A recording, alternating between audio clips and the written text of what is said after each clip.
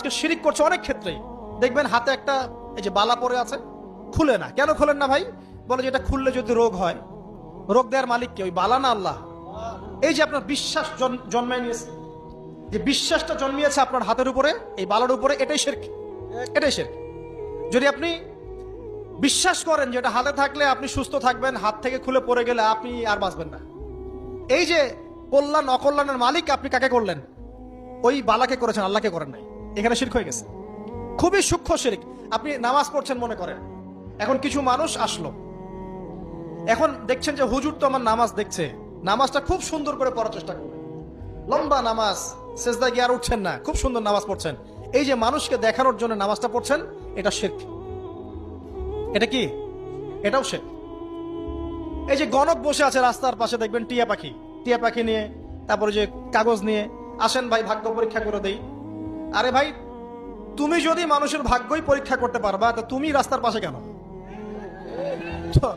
তোমার ভাগ্য কেউ পরীক্ষা করেনি কখনো? এতটুকু কমন সেন্স আমাদের নাই। ও যদি আমার ভালো মন্দ করতে পারে বা ভবিষ্যৎ বলতে পারে, তাহলে ও রাস্তার পাশে বসে আছে কি জন্য? ওর তো প্রাইম মিনিস্টার হওয়ার কথা, এখন ওর তো ইলেকশন করার কথা। তো দেখেন, এই যে ওখানে গিয়ে আমরা কি করি, ভাই আমার হাতটা দেখে দেন, ভাই আমার অতীত বলে দেন, ভবিষ্যৎ বলে দেন। এবং এগুলো দিন দিন বাড়ছে, কিন্তু এই রাশিফল, কবিরাজি, গণকি, এগুলো দিন দিন বাড়ছে। এবং আমি লক্ষ্য করছি দিন দিন আরেকটা জিনিসও বাড়ছে, সেটা হলো জাদুবিদ্যার চর্চা করা। এবং গ্রামে গঞ্জে কুফুরি বাড়ছে না? কুফুরি করা, তাবিজ করা, বিচ্ছেদ করা, স্বামী স্ত্রীর বিচ্ছেদ করা, মেয়েকে বশ করা, সন্তানকে বশ করা, বাড়ছে না? সবই শিরক, এগুলো সবই কুফুরি।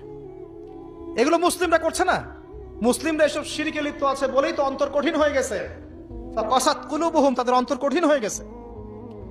তো একটা হাদিস বলে এখানে, খালি নবী সাল্লাল্লাহু আলাইহি ওয়াসাল্লাম বলছেন, যদি কেউ কোনো গণকের কাছে যায়, গিয়ে বলে দেখেন তো আমার হাতটা একটু, ও কিন্তু বিশ্বাস করে না যে এ ভবিষ্যৎ বলতে পারে, খালি এমনি বলেছে একটু দেখেন তো, বলার সাথে সাথেই 40 দিনের নামাজ কবুল হবে।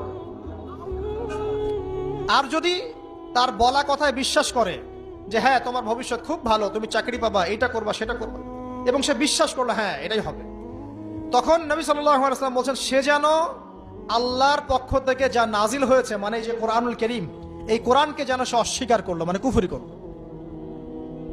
এগুলো আমরা করছি না ভাই? অনেক কিছু করছি আমরা। স্তম্ভের পূজা করছি, অনেক মুসলিম আগুনের পূজা করছে। আগুন জ্বালিয়েছেন, মাথা নত করছেন কেন? আগুনের সামনে আপনি মাথা নত করবেন কেন? আপনি একটা স্তম্ভের সামনে, গাছের সামনে দাঁড়িয়ে মাথা নত করে ধ্যান করবেন কেন? আপনি মেডিটেশন করছেন কি জন্য? আপনাকে নামাজ দেয়া হয় নাই? 5 ওয়াক্ত নামাজ দেয়া হয় নাই?